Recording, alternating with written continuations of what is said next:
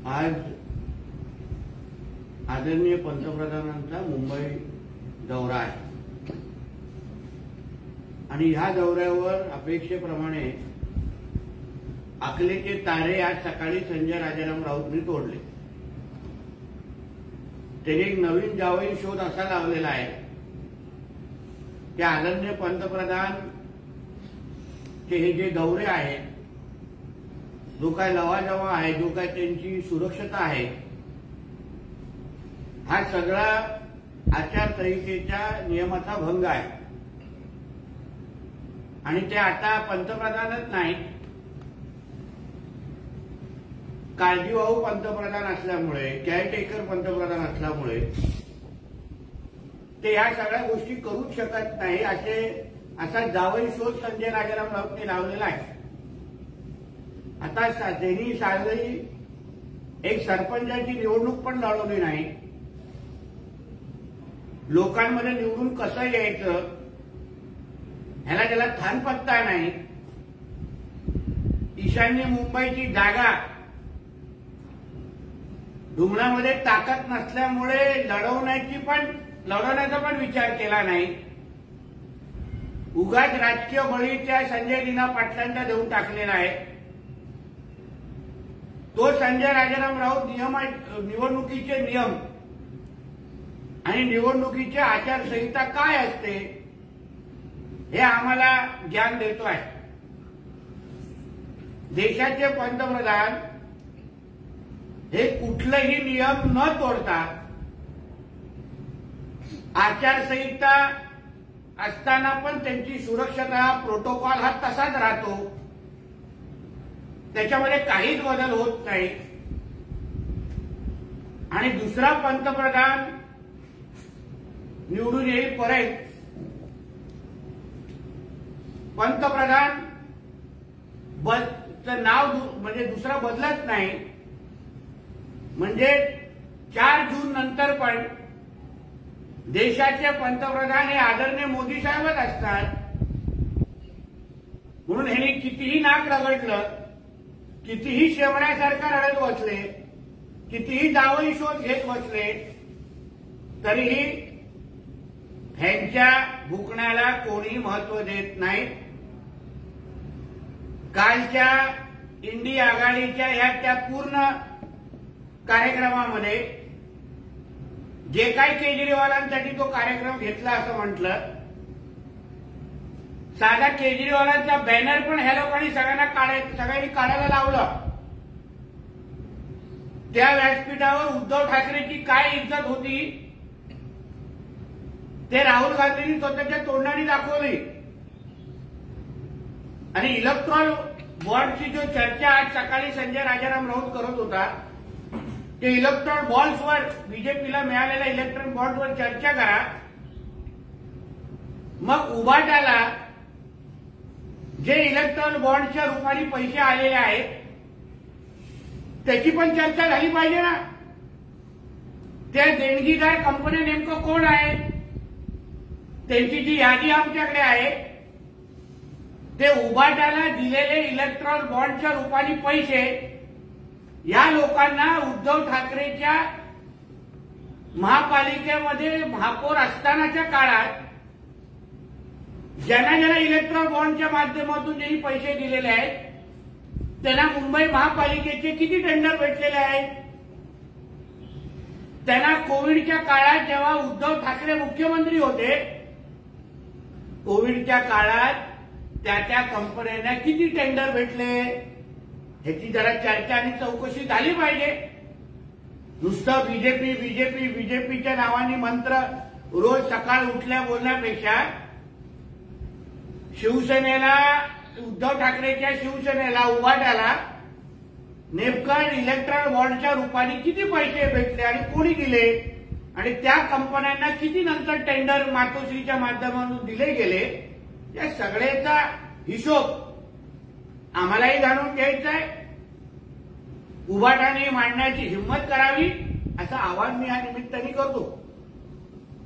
काल उद्धव ठाकरेंनी दिल्लीमध्ये बसून एक फार मोठा जोक मारला, म्हणजे कालपासून आतापर्यंत माझं हसू आवरत नाहीये। त्यांचं म्हणणं असं आहे की ते स्वतः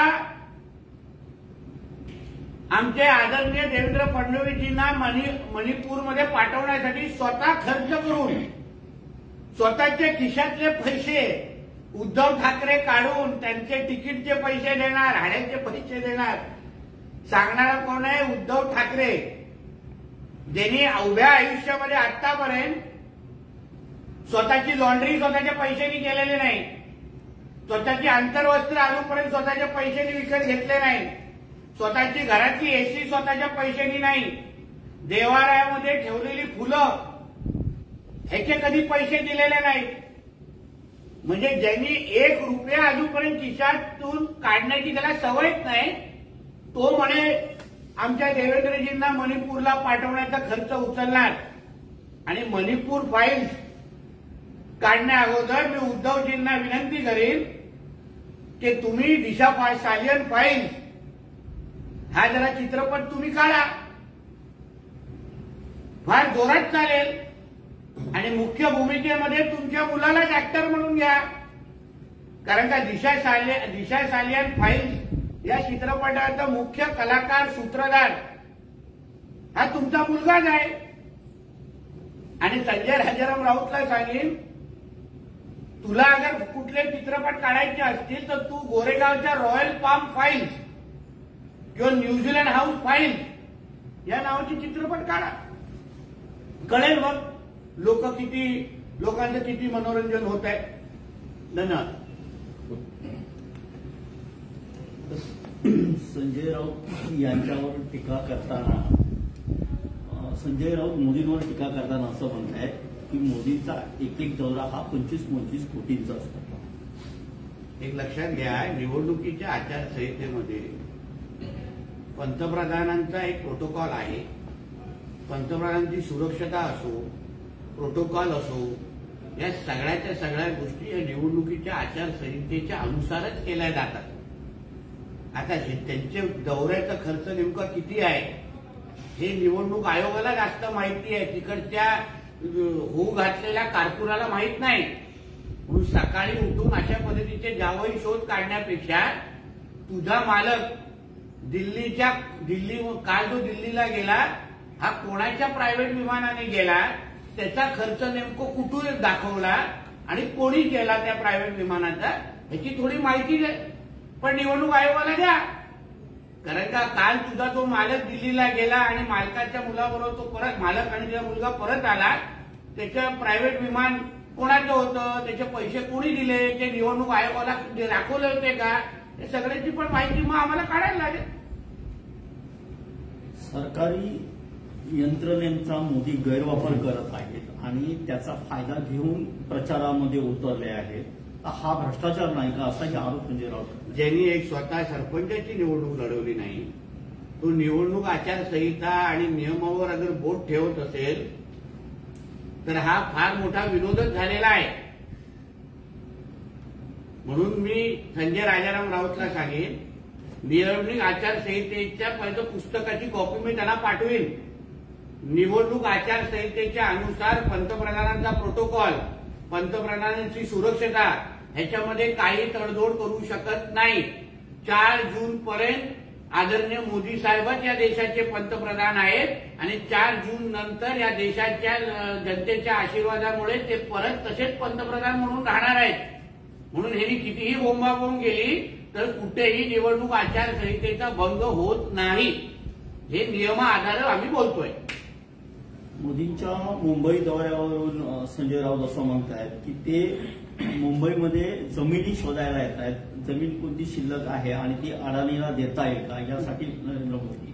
कारण का ह्या संजय राजाराम राऊतच्या मालकांनी मुंबईमध्ये कुठली जमीन आणि कुठला टेंडर हा ठेवला आहे का जे मोदीजी दुसऱ्यांसाठी विकायला येतील. आतापर्यंत देशामध्ये 14च्या अगोदर माँ बेटी की सरकार ही देश विकत होते आणि मुंबईमध्ये हा बाप बेटी की सरकार मुंबई महापालिकेच्या नावाने मुंबईला अक्षरशः विकायला काढलेले.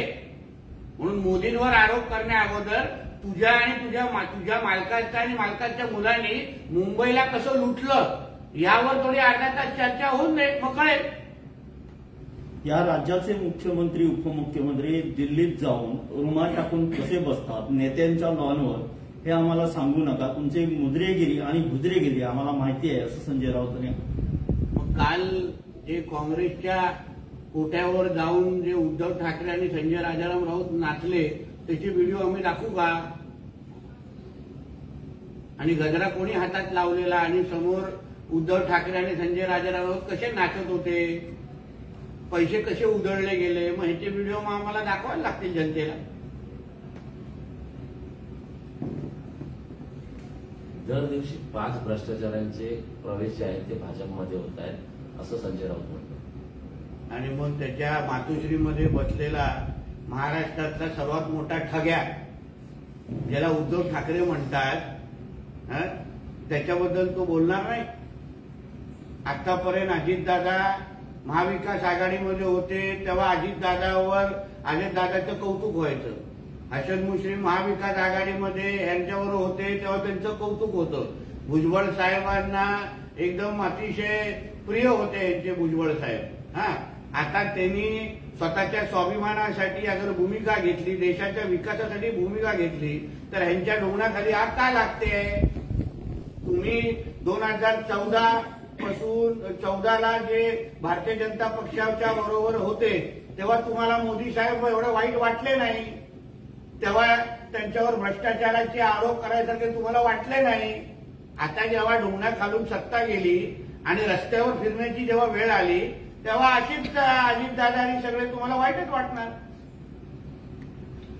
संजय राउत आचार संहिता भंग के बारे में बोल रहे, प्रधानमंत्री के दौरे के मद्देनजर क्या कहेंगे आप? देखिए ऐसा है कि देश जिसने एक सारी सरपंच का भी चुनाव लड़ा नहीं, वो संजय राउत जो भी इलेक्शन आचार संहिता के बारे में बात करते हैं, नियम बताते हैं, ये बहुत बड़ा विनोद है. हमारे देश के पंतप्रधान, उनका प्रोटोकॉल, उनकी सुरक्षता और उनके जो प्रोग्राम है वो इलेक्शन कोड ऑफ कंडक्ट के अनुसार ही डिजाइन किए गए हैं. शायद इतनी मालूमात संजय राजाराम राउत को नहीं होगी, तो इसलिए उन्होंने पहले क्या आचार संहिता होता है, नियम क्या होते हैं, उसकी पहली मालूमात लेनी चाहिए, उसकी स्टडी करनी चाहिए और फिर ही इस तरीके की आलोचना करनी चाहिए. युतीचा तिढा अजून सुटत नाही, मात्र वंचितने आपला उमेदवार जाहीर केला सिंधुदुर्ग रत्नागिरी जिल्ह्यामध्ये. चांगली गोष्ट ना, प्रत्येकाला आपल्या आपल्या उमेदवार जाहीर करण्याचा अधिकार आहे.